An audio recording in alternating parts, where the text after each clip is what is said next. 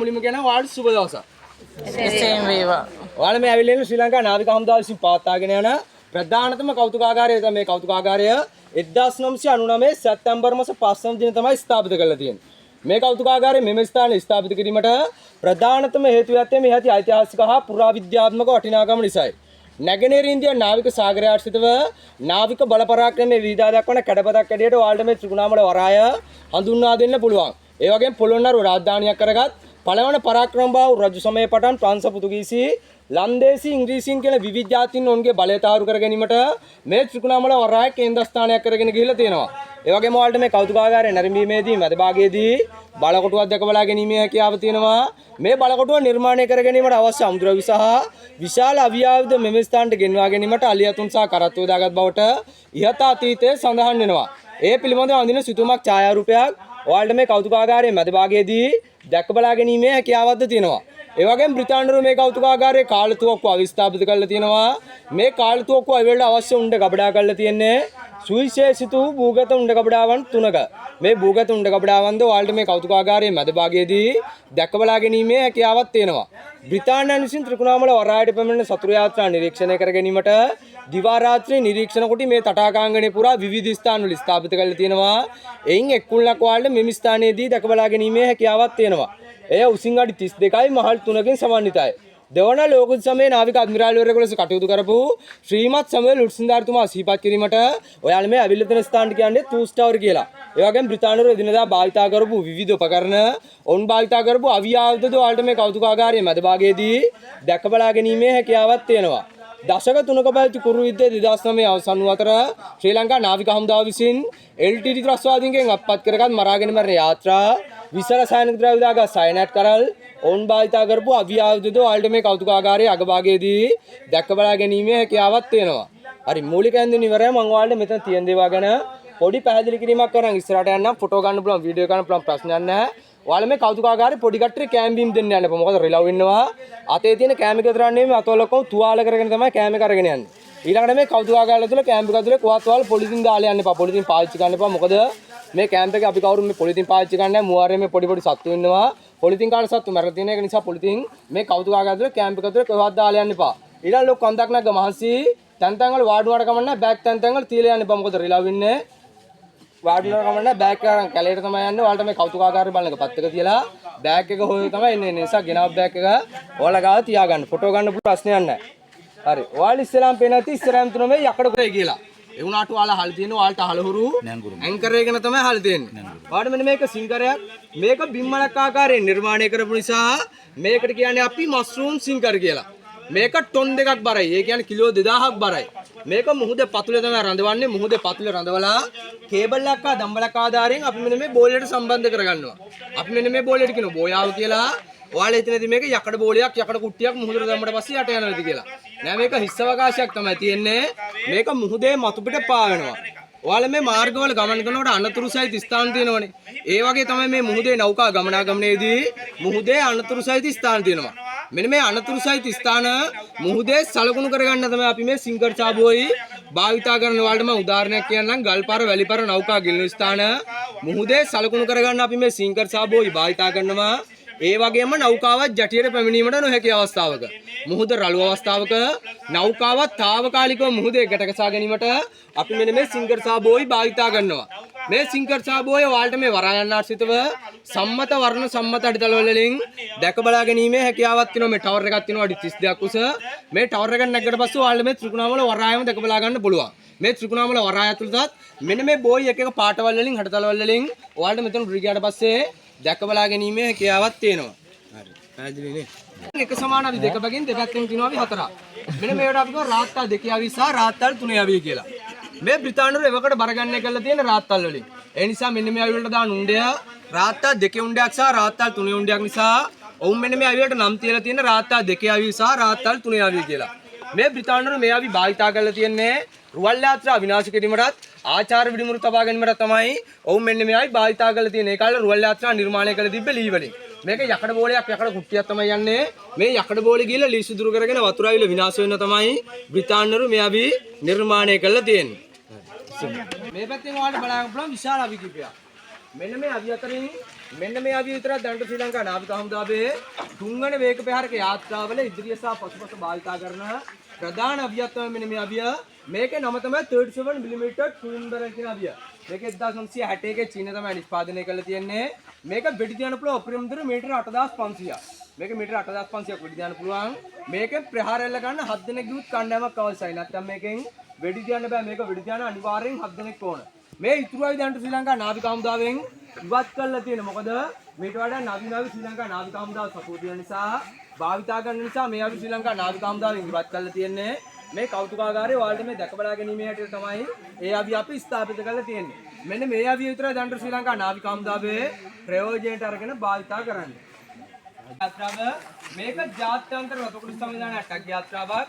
මේක ප්‍රධාන කාර්යභාරය ලා තිබෙන ත්‍රිකුණාමල වරාය ඉඳන් කංකසන්තුරු වරාය දක්වා යුද්ධමය වකවානුවේ අත්‍යවශ්‍ය බෙහෙත් ද්‍රව්‍ය රැගෙන යාම තමයි මේ සී ඩාන්ස් කියන ටක් යාත්‍රාවේ ප්‍රධාන කාර්යභාරය ලා තිබෙන්නේ. මෙන්න මේ නෞකාවේ 1995 ජූලි 4 වෙනිදා කංකසන්තුරු වරාය ඉදිරිපිටදී කංකසන්තුරු වරාය පේනවානේදී LTD ත්‍රස්වාදීන් විසින් මෙන්න මේ දෙවනි චාරිපට සමාන මුහුදු බෝම්බයක් යොදාගෙන ඔවුන් මෙන්න මේ නෞකාව විනාශයටපත් කරලා දිනවා. මේ LTD ත්‍රස්වාදීන් විසින් ශ්‍රී ලංකා නාවික හමුදාවේ භාණ්ඩ ප්‍රවාහන නෞකාවකට අටවන ලද මුහුදු බෝම්බයකට තමයි මෙන්න මේ නෞකාව අනපේක්ෂිත අයුරින් අස්වැලා තියෙන්නේ. මෙන්න මේ මුහුදු බෝම්බය නිසා මේ නෞකාවේ බඳට හානි ආකාරයේ චාරිපැත්තම වල තුන්වෙනි චාරිපැත්තෙන් දක බලා ගන්න පුළුවන්. පළවෙනි චාරිපැත්තෙන් දක බලා ගැනීමේ හැකියාවක් තියෙනවා. ශ්‍රී ලංකා නාවික හමුදාව මැදිහත්ව දොඹකර ආධාරයෙන් මේ සී ඩාන්ස් එකෙන් ටක් යාත්‍රාව නැවතත් ගොඩබිමට අරගෙන තියෙනවා. මෙන්න මේ සී ඩාන්ස් එකෙන් ටක් යාත්‍රාවේ ප්‍රධාන පොප්ලරයක් තමයි ඔයාලට මෙතනින් දැක බලා ගැනීමේ හැකියාවක් තියෙන්නේ. මේ නෞකාවේ මේ වගේ පොප්ලර් දෙකක් තිබිලා තියෙනවා. එයින් එක් පොප්ලරයක් තමයි ඔයාලට මෙතනින් දැක බලා ගන්න පුළුවන්. මේ මුහුදු බෝම්බය නිසා මේ පොප්ලරයට සිදුවන හානිය තමයි මේ පොප්ලරේ නැවිලා තියෙන්නේ. මේ මුහුදු බෝම්බය නිසා මේ පොප්ලරයට සිදුවන හානිය.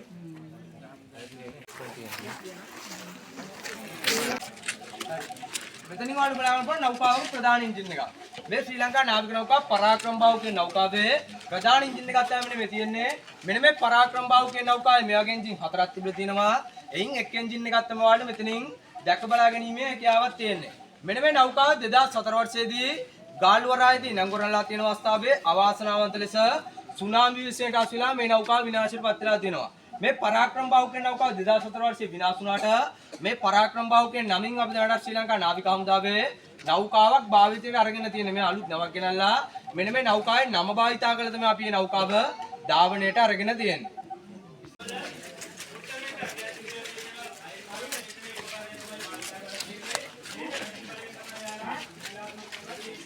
මේ ශ්‍රී ලංකා නාවික නෞකාව සමුද්‍රේවී කියන නෞකාවේ ප්‍රධාන එන්ජින් එකක් තමයි මෙන්න මේ තියෙන්නේ. මෙන්න මේ සමුද්‍රේවී කියන නෞකාවේ මේ වගේ එන්ජින් තුනක් තිබිලා තියෙනවා. එයින් එක් එන්ජින් එකක් තමයි ඔයාලට මෙතනින් දැක බලා ගැනීමේ හැකියාවක් තියෙන්නේ. මෙන්න මේ නෞකාව ශ්‍රී ලංකා නාවික හමුදාවට සුවිශේෂී නෞකාවක්. මොකද කාන්තා නමකින් තිබ්බ එකම නෞකාව තමයි මේ ශ්‍රී ලංකා නාවික නෞකාව සමුද්‍රේවී කියන නෞකාව. එක නමක් තිබුණේ නැත්නම් ශ්‍රී ලංකා නාවික හමුදාව තිබුණේ වීර ජගත නන්දිනිපුර සුරනිවල ඩිදරටුව අභිතටුව කියන නම් වලින් තමයි තිබුණේ. කාන්තා නමකින් තිබ්බ එකම නෞකාව මේ නෞකාව. ඒ වගේම අග්‍රාමාත්‍යවරයෙක් විදිහට කටයුතු කරපු සිරිමාව බණ්ඩාරනායක මැදිනට සෝවියට් උසාවියෙන් දුන්න පරිත්‍යාගයක් තමයි මේ නෞකාව. මේ නෞකාව පිස්ටන් 56ක් තියෙනවා. මේ පිස්ටන් තියෙන රොටරි ටයිප්. ඒ කියන්නේ මේ එන්ජින් එක වටේටම මේක පිස්ටන් 56ක් තියෙනවා. මේ එන්ජින් වලට අපි රොටරි ටයිප් කියනවා. මේ එන්ජින් වලට අපි V ටයිප් කියනවා. මේවා දැන් ශ්‍රී ලංකා නාවික හමුදාවෙන් ඉවත් කරලා තියෙනවා. මොකද දරන්න බෑ අධිවේශ තෙල් වේදමනින්දා මේකේ පාර්ට්ස් ගණන් වැඩි හින්දා මේක ශ්‍රී ලංකා නාවික හමුදාවෙන් ඉවත් කරලා තියෙනවා. ශ්‍රී ලංකා නාවික නෞකාව එඩිතර කියන නෞකාව. මේ යුද්ධමය වකවානුවේ ශ්‍රී ලංකා නාවික හමුදාවට මහඟු සේවයක් කරපු නෞකාවක්. මේ නෞකාවේ 1995 ජූලි 14 වෙනිදා කංකසන්තුරු වරායේදී නැංගුරන්ලා තියෙන අවස්ථාවේ LTT ත්‍රස්වාදීන්ගේ කිමිදුම්කරුවන් දෙදෙනෙකු විසින් පැමිණ මෙන්න මේ තුන්වෙනි චාරිපට සමාන මුහුදු බෝම්බයක් යොදාගෙන ඔවුන් මෙන්න මේ නෞකාව විනාශයටපත් කරලා තියෙනවා. මෙන්න මේ ශ්‍රී ලංකා නාවික නෞකාව එඩිතර කියන නෞකාවේ තිබුණු පොප්ලරේ සහ රඩරක තමයි මේ වාට ඉදිරියෙන් දැක බලා ගැනීමේ හැකියාවක් තියෙන්නේ. මෙන්න මේ ඉදිරියම තියෙන කොටස අපි කියනවා පොප්ලරෙක් කියලා. මේ පොප්ලරේ දක්ෂිනාවාර්තව කරගීමේදී නෞකාවක් ඉදිරියට ගමන් කරනවා. පොප්ලරේ වාමාර්තව කරගීමේදී නෞකාවක් පසුපසට ගමන් කරනවා. ඒ වගේම තමයි මේ රතුපාන කුට්ටියක් වාලට පේන තියෙනවා. මෙන්න මේකට අපි කියනවා රඩරෙක් කියලා. මෙන්න මේ රඩරෙන් තමයි නෞකාවක් වමට සහ දකුණට හරවා ගැනීම සිදු කරන්නේ. මේක හයිඩ්‍රොලික් ආධාරයෙන් තමයි ක්‍රියාත්මක වෙන්නේ. මේ කොටස් දෙක වාලට දැක බලා ගැනීමේ හැකියාවක් තියෙන්නේ. ශ්‍රී ලංකා නාවික හමුදාව කියන ක්‍රියාත්මක කර ගන්නවා කියලා නැතර රිපෙයාර් එකකට ගන්න අවස්ථාවක විතරයි. මොකද මේ කොටස් දෙක මුහුදු මට්ටමේ යට තමයි තියෙන්නේ. නෞකාවක් රිපෙයාර් එකට උඩට ගන්නලාට විතර ඔයාලට මේ කොටස් දෙක දැක බලා ගැනීමේ හැකියාවක් තියෙනවා. කාලේ ජපානයේ විසින් ත්‍රිකුණාමල වරායට බෝම්බ දාලා තියෙනවා. ඒතර මේ ත්‍රිකුණාමල වරාය තිබ්බ, සයිකල් කෙනාවක් තිබ්බ, ගම්මිරිස් නෞකාවක් තිබ්බා. මේ නෞකා දෙක විනාශයටපත් වෙනවා. මේ බ්‍රිතාන්‍යය තුන ගුවනින් වගේ මුහුදෙන් සබ්මරීන නෞකාවේ දාගෙන ප්‍රහාරය අධ්‍යක්ෂ වෙයි කියලා ඔවුන් මෙන්න මේ මුහුදු බෝම්බය නිර්මාණය කරනවා. මේක මුහුදේ පතුල තමයි අතුරන්නේ. මුහුදේ පතුලේ අතුරලා මේ අතරේ නෞකා හා සබ්මරීන් ගමනාගමනයේදී ශබ්ද තරංග, දෙවි තරංග, චුම්බක තරංග විදාගෙන තමයි මේ මුහුදු බෝම්බය ක්‍රියාත්මක වෙන්නේ. අපි මේක මුහුදේ පතුලේ අතුරනවා. මුහුදේ පතුලේ අතුරලා මේ අතරේ නෞකා හා සබ්මරීන් ගමනාගමනයේදී අර මං කෝ පොපුලර් එක කරගෙන කියලා ඒ පොපුලර් එක කරගෙන ශබ්ද පීඩනය අනුව තමයි මෙන්න මේ මුහුදු බෝම්බය ක්‍රියාත්මක වෙන්නේ. හරි මෙතනින් ඔයාලට බලා ගන්නකොට තවත් මුහුදක් කියලා. මෙන්න මේකේ පල්ලෙහා තියෙන යකඩ කොටසට අපි කියනවා කේබල් ලොකර් එක කියලා. මේ කේබල් ලොකර් එක මුහුදේ පතුලේ තමයි රඳවන්නේ. මුහුදේ පතුලේ රඳවලා කේබල් එකක් ආධාරයෙන් මේ මුහුදු බෝම්බය මුහුදේ මතු පිටට ගන්නවා. මේ මුහුදු බෝම්බය ඇතුලේ තියෙන හයි එක්ස්ප්ලෝසිව් අධිබලති පොපුන් ද්‍රව්‍ය තමයි තියෙන්නේ. ඔයාලට මේක වටේ තමයි සිදුරු කීපයක් පේන්න තියෙනවා. මෙන්න මේ සිදුරු වලින් එලෙට ඇවිදිනවා කූරු වගේ ස්විච් වගේ දේවල්. ඒවට අපි කියනවා ස්විච් ඔන්ස් කියලා. මේ ස්විච් ඔන්ස් වල නෞකාවක් ආ යාත්‍රාවක් වැදුනට පස්සේ මෙයා දන්නා මේක සතුරු යාත්‍රාවද මිතුරු යාත්‍රාවද කියලා මෙයා මේක විනාශයටපත් කරගන්නවා. එතකොට මෙන්න මේ මුහුදු බෝම්බය වැදෙන නෞකා යාත්‍රා කොට කැලක් පාවිලා මේ මුහුදු බෝම්බය වැදුනත් මෙයා මේක විනාශයටපත් කරගන්නවා. මෙන්න මේ ආකාරයෙන් LTT ත්‍රස්වාදී විසින් මේ මුහුදු බෝම්බය වැඩි දියුණු කරලා නිර්මාණය කරලා තියෙනවා. ඒ මුහුදු බෝම්බය දාගෙන අපගේ නෞකා යාත්‍රාවදුන් විනාශයටපත් කරලා තියෙනවා. මේ LTT ත්‍රස්වාදී විසින් වැඩි දියුණු කරලා හදාගත්තු මුහුදු බෝම්බ ඔයාලට මේ කෞතුකාගාරයේ අගභාගයේදී දැක බලා ගැනීමේ හැකියාවක් තියෙනවා. මේවා මේ බ්‍රිතාන්‍යය තමයි නිර්මාණය කරලා තියෙන්නේ. LTT ත්‍රස්වාදී විසින් මීට වැඩිය පොඩි මුහුදු බෝම්බ තමයි නිර්මාණය කරලා තියෙන්නේ. ඒ වගේ පොඩි මුහුදු බෝම්බයක් දාගෙන තමයි අර මං කෝසී ඩාන්ස් එකෙන් ටක් යාත්‍රාවත් ඒ අය විනාශ කරලා තියෙන මෙන්න මේ වගේ පොඩි මුහුදු බෝම්බයක් යොදාගෙන. බ්‍රිතාන්‍යය විසින් භාවිත කරපු බැරන් කියන නෞකාවේ ප්‍රධාන එන්ජින් එකක් තමයි මෙන්න මේ තියෙන්නේ. මෙන්න මේ බැරන් කියන නෞකාවේ මේ වගේ එන්ජින් දෙකක් තිබිලා තියෙනවා. එයින් එක එන්ජින් එකක් තමයි ඔයාලට මෙතනින් දැක බලා ගැනීමේ හැකියාවක් තියෙන්නේ. මෙන්න මේ එන්ජින් එකකට පිස්ටන් දෙකයි තියෙන්නේ. එතකොට එන්ජින් එකකට පිස්ටන් 4යි. මේක ගොඩක් ස්පීඩ් නෑ. ෆයිටර් නාවික සතුම් 11.7 පාවකින් තමයි මේ නෞකාව එන්ජින් එක ධාවනය කරලා තියෙන්නේ. මේ නෞකාව 1944 තමයි නිෂ්පාදනය කරලා තියෙන්නේ. මේ නෞකාව එන්ජින් එක ධාවනය කරලා තියෙන්නේ ගල්ලංගුරු දාගෙන ජල වාෂ්ප වලින් තමයි මේ නෞකාව එන්ජින් එක ධාවනය කරලා තියෙන්නේ. ඔයාලා දන්නේ නැති මේ ගල්ලංගුරු ට්‍රේන් තිබ්බේ කාලේ ඒ ආකාරයෙන් තමයි මේ නෞකාව එන්ජින් එක ධාවනය කරලා තියෙන්නේ.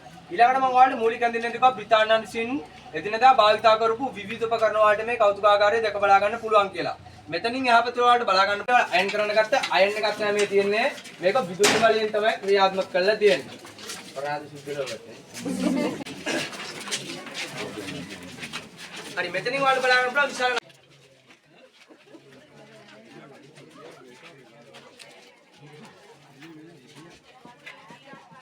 තාප්ප කරලා තියෙන්නේ.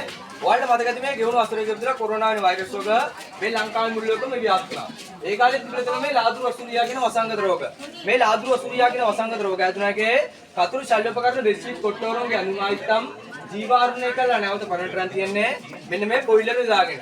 මේ බොයිලර් තමයි උන්ගේ කතුරු ශල්‍යපකරණ දේවල් ජීවාරණය කළා නැවත පරණටරන් තියන්නේ මෙන්න මේ බොයිලර් එක දාගෙන. මේ බොයිලර් තමයි උන්ගේ අනුමායිත්තම් දෙස්සිත් කොට්ටෝරෝගේ දේවල් ජීවාරණය කළා නැවත පරණටරන් තියන්නේ මේ බොයිලර් එක දාගෙන. මේ බොයිලර් එකට ගල්ලංගුරු දානවා, උඩට ජලය දානවා, ගල්ලංගුරු රත් වෙනවා, ජලය වාෂ්ප වෙනවා. මේ ජල වාෂ්ප උඩින් නලෙදි ගියවිලා මේ බොයිලර් වලට උදලා තමයි උන් ජීවාරණය කරන කටයුතු සිදු කරලා තියෙන්නේ. ඊළඟට